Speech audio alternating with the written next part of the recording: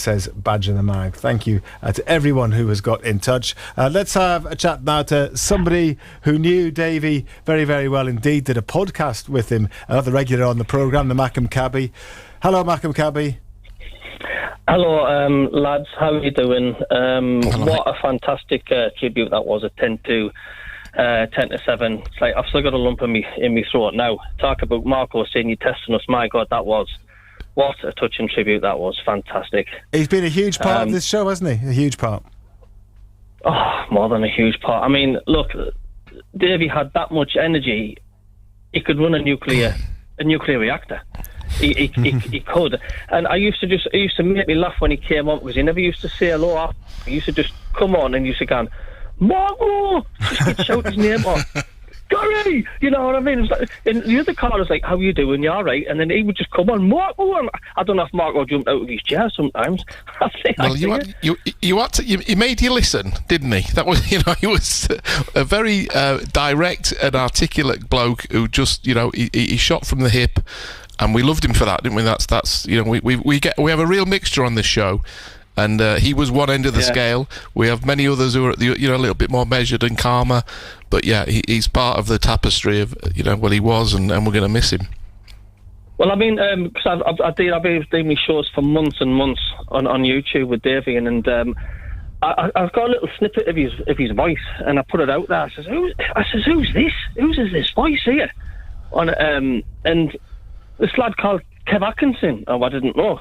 Got in touch. He went, that's my father.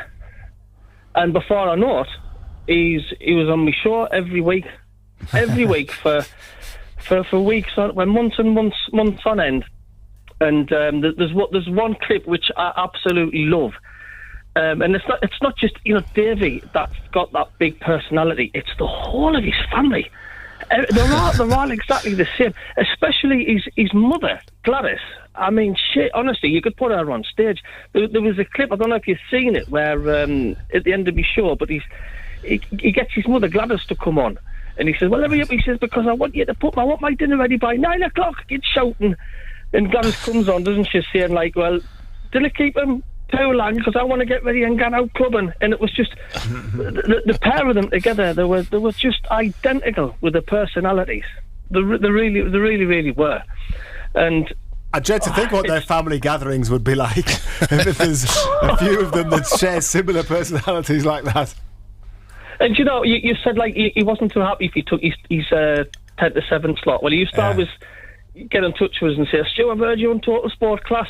And then I'd phone him sometimes and say, did you was tonight, Davey? He goes, aye, but you took me 10 to 7 slot, didn't you? He told us off for it. He weren't happy, like. he weren't happy. Why does that not surprise me? I don't know, but it's just a huge void, isn't it? It will be a huge void. Well, it's a bit like you know what it reminds me of when a club like one of the big clubs lose their number 9, and who's going to fill that number 9? Who's going to fill the 10 to 7 slot? Who can fill them boots? And I'm not sure if there's anyone who can. But big boots there we go. Fill. Yeah, I don't think you can. But I mean, as a dedication to Davey, I mean, I've changed me name on my YouTube podcast, which I'm doing tonight. I think Kev's coming on as well, and I'm going to be calling it the Let's Get Carried Away show. I think that's a fitting tribute. I think it's a very fitting tribute. Let's get carried away, man. It's going to be something that I'll probably press that button quite a few times in the weeks, months, years to come, I'm reckoning. The way I look at it, Davey's always going to be with us. And that's the way I look at it. He's always going to be around. He's always going to be here. Yes. There's going to be things that remind you of him constantly. So... yeah, it's a huge miss, but I mean, let's also massively celebrate him and all. Yes, indeed. I mean, I think it's telling, Ando, isn't it, that a lot of the Newcastle fans in particular that have been in touch have been talking about, how they kind of equate him with Albert, who was another hugely popular contributor to the show, passed away a few years ago now, but is still talked about a lot. It's going to be the same in years to come with Davey. People aren't going to forget him like they haven't forgotten Albert or plenty of other contributors to the show as well. There's no doubt about it. He was a bigger than life character. He was he had his opinions, but he was I just loved talking to him. You know, he was honest, and he had his views, and he put them out there. And you know, as I say, he loved this football club as well. He was so passionate about it, and you could hear it in his voice every time that he spoke, every time that he came on. That passion just zoomed out, and it was infectious. I'm sure that more people used to call in after they'd heard him. You know, he did more for the show in terms of attracting people to ring in than anybody else. I don't know what he'd have made of the weekend, Malcolm Cabby, and a 0-0 draw at Palace. I think he'd have probably been pretty pleased with that.